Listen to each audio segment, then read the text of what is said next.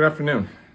Today we're going to talk about our project on quality of character, and the topic that I chose for this project is relational. Being relational is very personal to me. It's how I am as a leader. It's how I am as a coach, and that's how I base the majority of my success is being a relational leader. And I think that means creating strong bonds with your players or your staff or whoever, your coworkers, whoever it might be.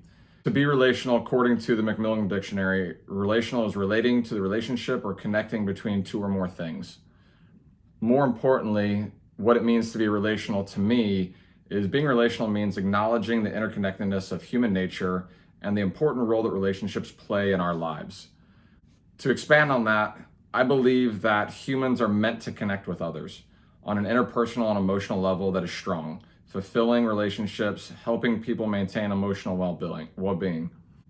To go even further, I've incorporated being a relational leader into my mission statement that I use with everything that I do, really. So my mission statement is to be a coach and administrator whose proven success on and off the field is rooted in building trust-based relationships with every team member, giving as much of myself as I expect of others, and setting high standards based on enduring principles of right and wrong. That's how I've done everything in my career as I've matured as a leader. Taken a lot of those cues from the great John Wooden. You know, I coach soccer and I've been an athletic director, but John Wooden is probably, in my opinion, one of the greatest relational leaders of all time.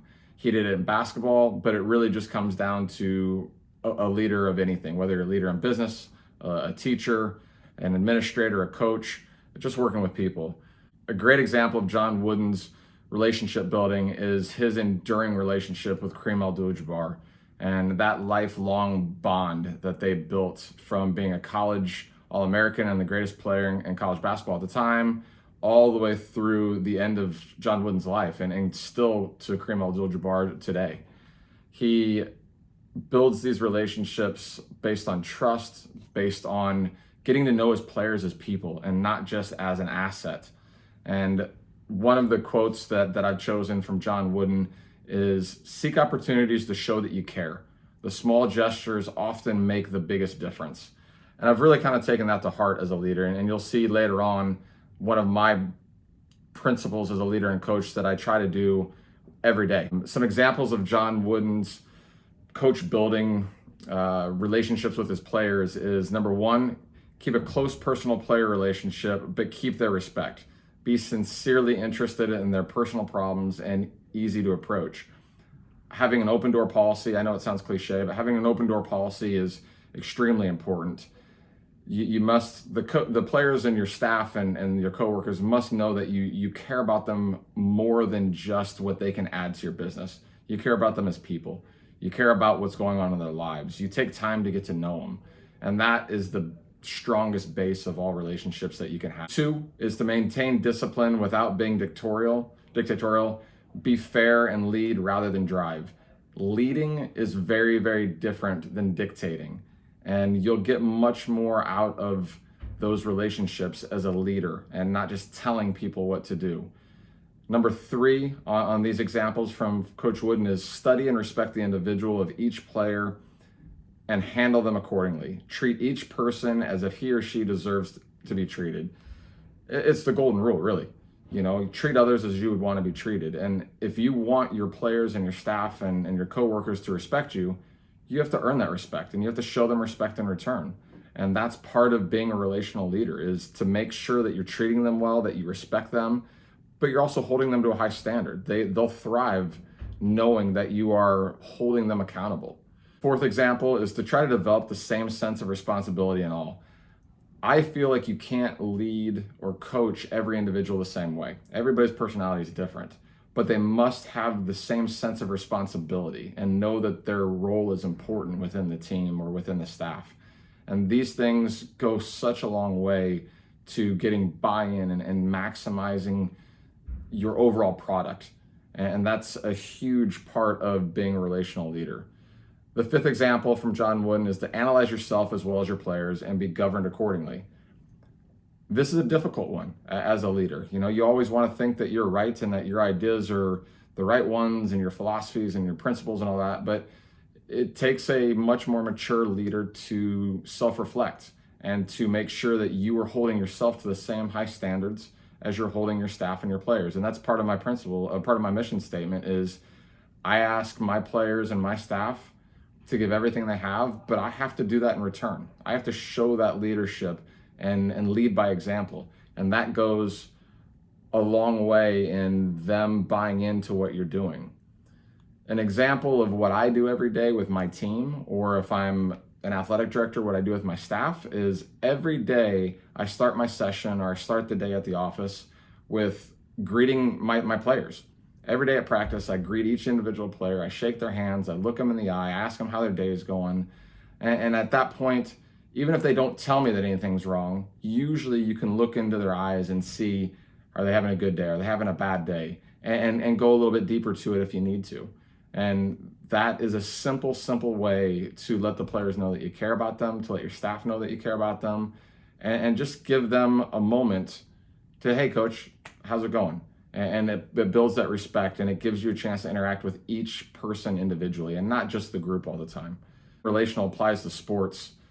It's everything that we've already talked about. A relational leadership type deals with the psychology of the sport and the connection of the competition. It's not just what they give you as a player. It's not just can they help you win. It's much more than that. Coaches that are relational thrive by creating relationships with athletes and team members and know that those connections create a genuine buy-in with the team. And it's a give and take. You have to earn that. One of the other quotes that I've used and that I've kind of dug into during these courses is using Jeff Duke's 3D Coach book. As a mentor and a mentee, there's a dynamic beginning that takes place with an emotional connection. This is called the second dimension of coaching. It's being relational and getting to that level. In his books, the next level is being transformational and being a three-dimensional coach. And that's what I'm striving to get to every day, but it's a process. And I might not ever get there completely, but I'm gonna try to get a little bit better at it every day and be 1% better if I can. Another quote from one of our books from this term is from Maxwell, and it's talk to individuals of any age, gender, race, or nationality, and they have certain things in common. They all want to be valued. They all want to be appreciated. They all want to be trusted. They all want to be respected. And you have to put time into that. It doesn't happen overnight. It happens over time and building trust and getting buy-in from all of your athletes or all of your staff members. These things go such a long way. I've been very fortunate as a coach. I've won a national championship. I've been the national coach of the year for college soccer. I've gone on and been an athletic director. But all of my success had nothing to do with my X's and O's or my knowledge of the game. It was my understanding of people and knowing how important relationships are within that process and getting my players to buy into my vision. And once that relationship is built, great things happen. In conclusion, relational leadership, I believe that many of the most successful coaches and leaders of the modern era have come from this type of leadership. They've thrived on this and they've grown within this. Tony Dungy is a great example of that in American football. There's tons of great examples of these relational leaders. I strive to become a more complete transformational coach and leader every day, like I talked about previously. I'll never get to where I want to be because I always feel like we can improve, but I'm going to do my best to become the best leader I can. These leaders create an athlete that are intrinsically motivated, and that's such an important piece of being successful. We can't always motivate from the outside. We have to get our athletes and our staff to be motivated from the inside out and be intrinsic with that. And that comes from these relationships and trust and respect. This type of leader can impact life-changing moments in an athlete or a team member's life for good. I am most blessed as a coach, not with my championships, but with the fact that I still have very strong relationships with my players of past. And not everybody loved me during the time. Some players didn't play as much as what they wanted, but at the end, I hope there's a respect and they understood why. And those relationships that I still have with my players now in their 30s and they have families, that means a ton to me. That gives me the reassurance that I've done something life-changing for somebody else. And that's why I got into coaching in the first place. That's why I want to be a good leader. It's a holistic approach where the coach plans to impact all aspects of an athlete and to help them become better humans in sport and just better humans in life, more importantly. You know, our job as leaders is to help mold the next generation and to give them the tools to be successful and the confidence and hopefully show them how important some of these things are. And I've been extremely fortunate to have some of that. So that's what relationship means to me. That's what being a relational leader means to me. I appreciate your guys' time, and thank you very much for listening to my presentation.